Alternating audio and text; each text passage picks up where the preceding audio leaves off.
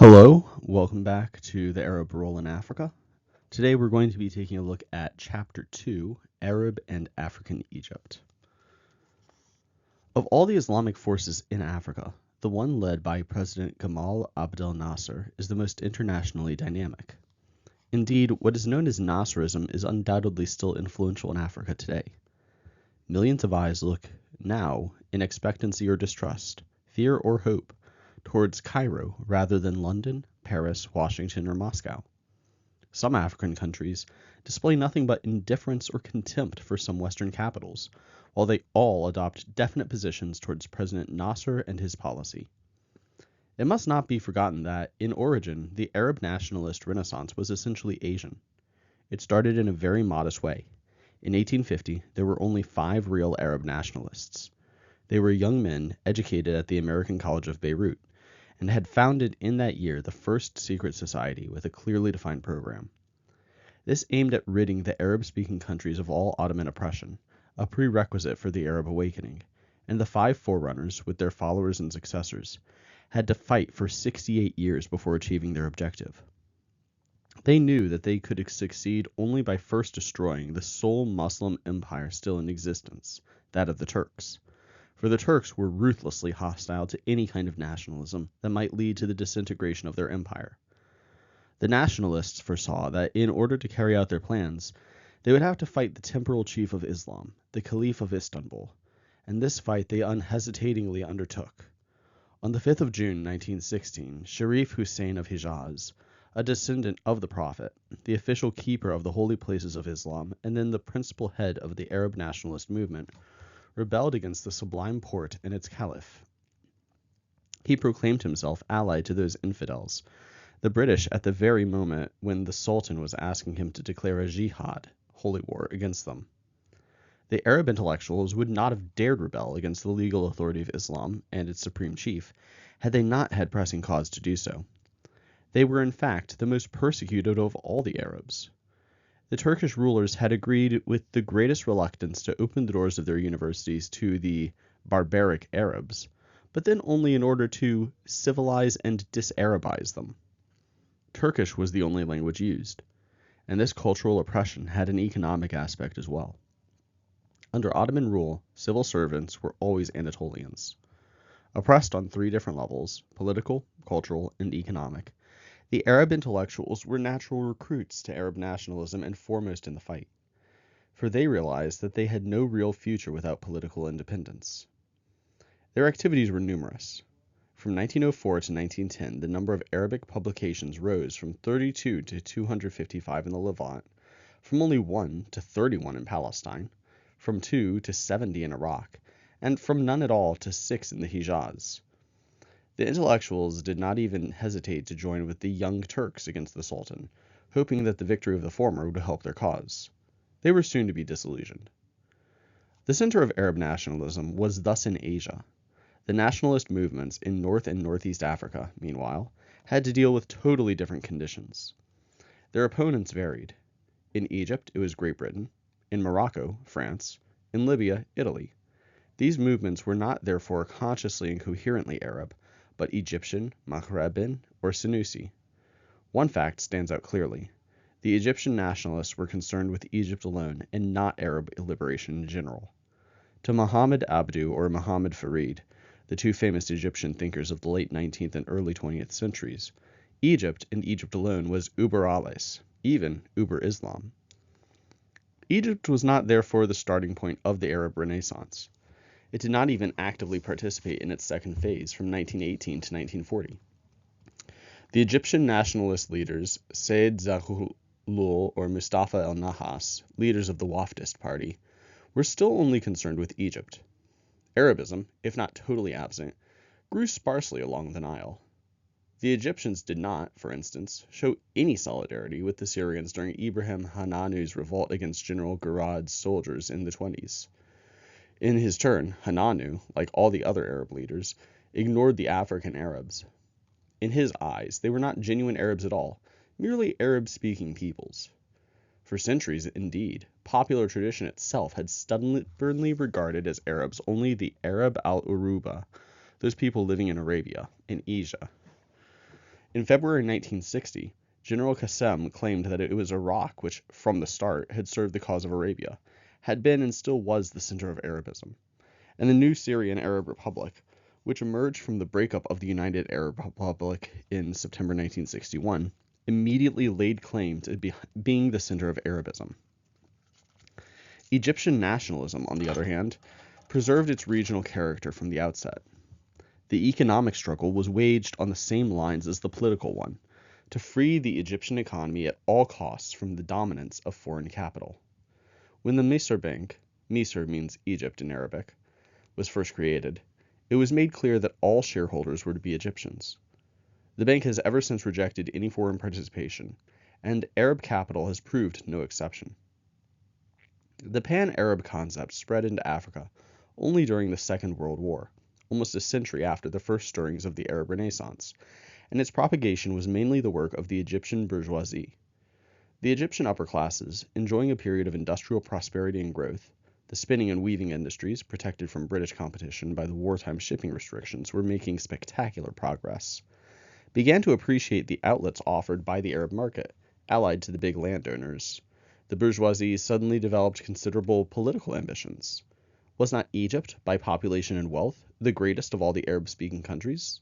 Was not Al-Azhar University itself in Egypt, and did not that make the country a center of Islamic as well as Arabic culture? Had not Egypt, since the 30s, become a major source of cultural influence in the Arab world, with the most developed press and the largest output of Arab books? Was not the first Arab-speaking film, Al-Warda Al-Baida, made in Egyptian studios?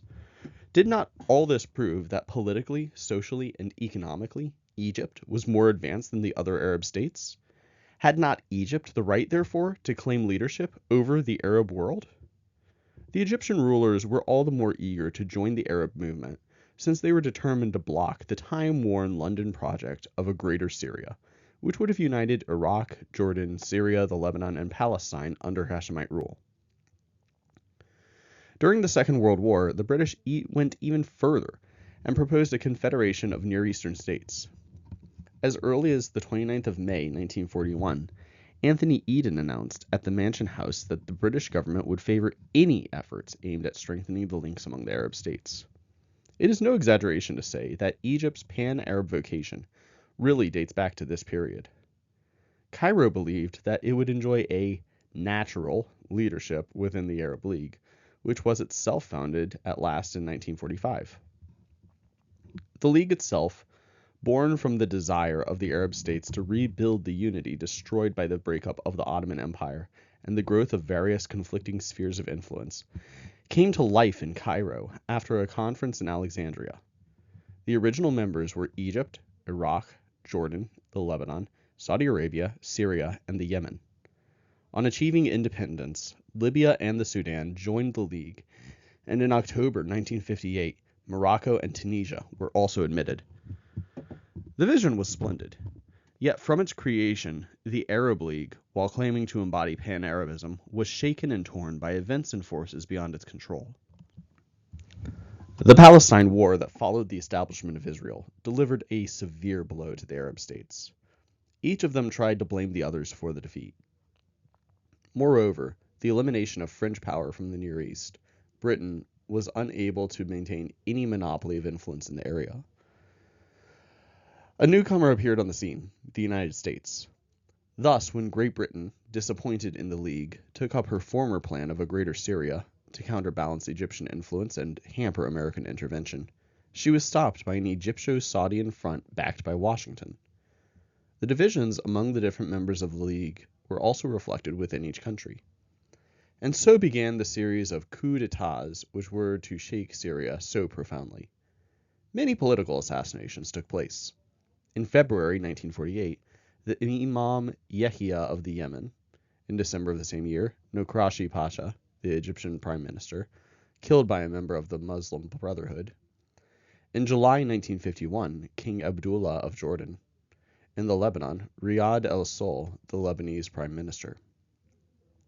The Egyptian Revolution of 23rd of July 1952 was a direct consequence of the Palestinian War. It aimed primarily at overthrowing the monarchy, and in particular a king, Farouk, who had become for many Egyptians and Arabs the symbol of reaction. But General Muhammad Naguib's revolt, with the accession to power of a military junta, did not at first seem substantially to alter the course of events in the Arab world and in Africa. The contradictions among the Arab states remained as strong.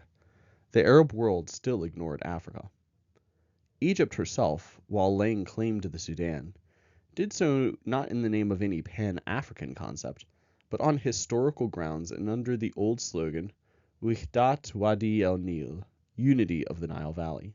One Nile, one religion, one people, and one state.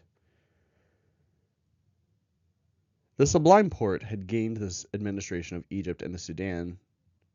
The Sublime Porte had granted the administration of Egypt and the Sudan to the Khedive Ismail and his successors. The Sultan in Constantinople was later to confirm this situation by Firman's decrees to the Khedives Tewfik and Abbas in 1879 and 1892, binding them not to forsake a single one of the privileges bestowed upon Egypt. At that time, of course, Egypt did not regard herself as intrinsically Arab. The royal family, indeed, was of Albanian origin. The situation was soon to alter, however. 2 years after the Egyptian Revolution, Colonel Gamal Abdel Nasser wrote his famous Philosophy of the Revolution, a document of great ideological importance, which set Egypt squarely within the Arab world, fixed the limits of that world, from the Atlantic coast to the Persian Gulf, Africanized Arabism for the first time, and reserved the leading role for Egypt. Considering the concept of Arab unity from a new viewpoint, Colonel Abdel Nasser wrote, "Can we ignore that there is an Arab circle surrounding us, and that this circle is as much a part of ourselves as we are a part of it, that our history has been merged with it, and that its interests are linked with ours? It is not in vain that our country lies to the southwest of Asia, close to the Arab world. Why should our efforts be dissipated?" And when, on 16 January 1956, a new Egyptian constitution was drafted, its first article read, "Egypt is an Arab state." 2 days later, commenting on this innovation, a broadcaster on the Voice of the Arabs enthusiastically exclaimed, "Egypt is an Arab state. This is certainly confirmed by Egypt's policy, which aims at protecting the Arab personality from whatever may threaten it." And he concluded with the unprecedented comment, "The Arab nation must merge within the Egyptian people." But President Nasser did not only mean to Africanize Arabism by extending its limits to the Arab-speaking countries of Africa. He looked even further. As far back as 1954, he thought that Egypt should play an important role on the stage of the whole African continent. He explained clearly in the same book, "Can we ignore that there is a continent of Africa in which fate has placed us? It is not in vain that our country lies in the northeast of Africa, a position from which it overlooks the dark continent. The people of Africa will look to us, we who are the guardians of the continent's northern gates, who constitute the connecting link between the continent and the outer world." And he concluded, "We certainly cannot, under any condition, relinquish our responsibility to help to our utmost in spreading the lights of knowledge and civilization into the very depths of the virgin jungles of the continent." In November 1955, in its opening program, the Egypt-based radio station Voice of the Swahili was still more precise in explaining President Nasser's plan to its East African listeners. The geographical situation of Egypt makes it compulsory for her to work towards the liberation of the continent from all forms of imperialism. This program aims at bringing together the African and Arab peoples, both fighting for their liberty, for peace, and for prosperity. 5 years later, in November 1960, the same idea was still being vigorously developed. "We must not get cut off from the continent," wrote an Egyptian specialist on African affairs. "We must destroy the legend that we must limit ourselves to the north of the Sahara. It is a foreign conception hiding imperialism, religious missions, and monopolies." To wed Arabism to Africa was not an easy task. Many obstacles stood in the way, and some of them, popular and traditional, were difficult to overcome. Until recently, many Egyptians referred to the Negro only as barbarian. They felt a deep sense of superiority towards any black man, and did not try to hide it. Mr. Muhammad Ali Nassef, Egypt's drama censor, even felt compelled, in October 1960, to send a note to all film producers and directors, requesting them not to give servants' parts exclusively to Negroes. Commenting on this, the Egyptian review Naqdu Ifriqiya wrote in November 1960 issue, "The age of African servants is over. Now begins that of the Africans as thinking individuals." Until quite recently, the scornful attitude of the Western Arab towards the Negro was profound in certain parts of the Maghreb, where black and abid, slave, were often considered synonymous. Indeed, neo-slavery still exists in some parts of West Africa. A Dakar paper complained of certain tribal chiefs who, when calling on their abids, behaved as if they owned not only the abids, but their wives as well. Some supporters of this revolting system resort to the most remote Islamic tradition to explain their attitude. Was not Bilal, they say, the only Negro mentioned in Islam? And is he not regarded as symbolizing the presence of Africa in Islam? And who is Bilal? None but the Prophet's slave. Is it surprising, then, that many black Africans regard the Arabs as no more than traditional slavers? At Casablanca in January 1961, during the famous conference of militant independent African states, Sheikh Mohammed Mahdi, a member of the Mali delegation, publicly attacked the foreign minister of Libya and demanded the extradition of a Mali tribal chief who had taken refuge in Libya. This chief, on the eve of his country's independence, had invited members of his tribe to accompany him on the pilgrimage to Mecca. Once there, he had sold them all, men, women, and children, to Saudi Arabian slave traders. After receiving payment for the transaction, he had gone to settle in Libya, where he was now involved in a somewhat less compromising business. In fact, the slave trade has far from disappeared, and the only UN member states where slaves can still openly bought are Arab countries, Yemen and Saudi Arabia. To this day in Saudi Arabia, a young Negro girl, provided she is still a virgin, fetches between 350 pounds and 400 pounds, according to her age and the state of the market. The Egyptians themselves did not always leave very happy memories behind them in the Sudan. In April 1955, Syed el-Sadiq el-Mahdi, the then leader of the Sudanese party al-Umma, stated publicly, "The Unionist Party demands union with Egypt. As for me, I like neither Egypt nor the Egyptians." It is true that Syed Sadiq's pro-British ideas were well known at the time. It is equally true, however, that the Sudanese had suffered frequently in the past at the hands of their northern conquerors.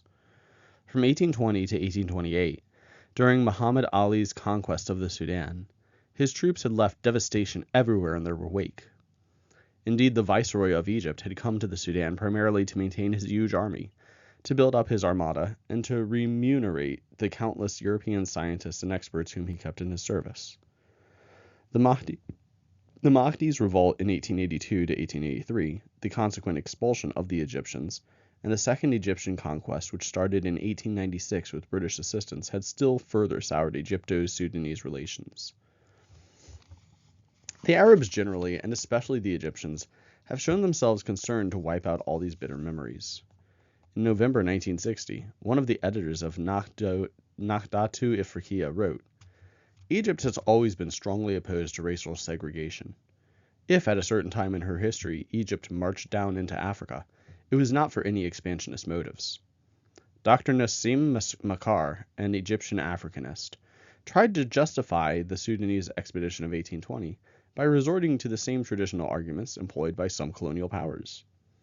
The extension of the Egyptian administration to the Sudan unified its economy, he claimed. For the first time in history, a central authority was set up with a common system of law and administration, and an economic policy aimed at exploiting the country's natural resources. In other words, the Sudan was introduced to modern civilization. Dr. Makar also claimed that the construction of riverboats was introduced by Egypt, and, quoting the French writer Combes, attempted to prove that the Egyptian invasion inaugurated an age of security in the country. Why had Muhammad Ali sent troops to the Sudan? In order that the scientists who accompanied them could devote themselves to geographical research. In 1870, Egypt's ruler, the Khedive Ismail, could boast of his Albanian ancestry by declaring, My country does not lie in Africa, but in Europe. Today, on the contrary, Arab nationalists feel it necessary to prove the historical persistence of relationships between Africa and the Arab world. To do so, references from furthest antiquity are sedulously culled. An Egyptian author, Dr. Salama Musa, claimed that the present traditions of some African tribes go back to the pharaohs. He cited striking resemblances between customs 5,000 years apart. The native musical instruments of contemporary West Africa, he maintained, are copies of those found carved on pharaonic ruins. In an article entitled The United Arab Republic in Africa, Nakhdu Ifriqiya claimed the pharaonic culture is still alive in Egypt. The pharaonic culture is still alive in Africa. Egypt has always been the heart of the continent. In spite of Western lies, history proves that Arabism always stood as a symbol of peace, liberty, and prosperity, and in June issued the same review linked the past to the present. The UAR in the past was a center of civilization, enlightening the whole African continent. Today she carries on her historical mission by helping to destroy imperialism in Africa. The creation of the United Arab Republic in February 1958 was made to illustrate the union of African Arabism with that of Asia. Egypt's GPO celebrated the event by issuing a new stamp which portrayed an eye watching over both continents. The Egyptian press regarded the Casablanca Conference of January 1961 as a victory for Arab nationalism, because in its view the conference consecrated the indestructible union of white and black Africans. Nasser himself stressed this in his farewell speech at Casablanca. This conference, he said, means the collapse of all imperialistic maneuvers to divide Africa into two parts, North Africa and Negro Africa. This conference, instead of showing the Sahara as a barrier, reveals it as a connecting link. What lies behind this bid for African leadership so dear to Egyptian hearts? To President Abdel Nasser's opponents, it is essentially imperialist. According to them, the Rais aimed at imposing his own supremacy first upon the Arab world, later on the whole of Africa. Rais means leader in Arabic, and the word is generally used in Egypt to refer to Nasser. To back this view, they quote the rather rash statement made by the late Major Salah Salem, then Nasser's trusted associate, at Alexandria in 1953. The role of the Sudan will be to produce raw materials for Egyptian industries and food for our people. To the supporters of the Rais, his leadership is essentially ideological and progressive. Nasser himself explained it as much when he told a correspondent of the New York Times. Nobody can impose his leadership on the people. Everyone, however, can express his opinion, and if this opinion wins support, it does not mean that its author seeks domination or wishes to impose his leadership on others. This sort of talk has been frequently repeated, and it has been said that we wanted expansion and dreamt of building up an empire. In my opinion, all this is talk in the past. It might have been true in the days of Rome or in the 19th century, the age of imperialist expansionist ambitions, but now we live in the second half of the 20th century, the age of ideologies and opinions. Again, in December 1960, he said, "Our people must accept the historical responsibility which befalls any advanced group fighting for the sake of liberty. Our republic must accept the responsibility of being a launching ground for the cause of liberty." On the 23rd of January, 1961, he once more expressed the same idea. The United Arab Republic has the responsibility of leading the fight for liberty and economic progress in Africa. Africa makes a whole which will triumph over imperialism. This attitude of President Abdel Nasser's is, naturally, interpreted in various ways. Followers and opponents obviously hold divergent views. Whatever Nasser's real intentions may be, however, his influence over recent developments in Africa, his aid to African nationalists, and his part in the weakening of Western influence throughout the continent remain unquestionable facts.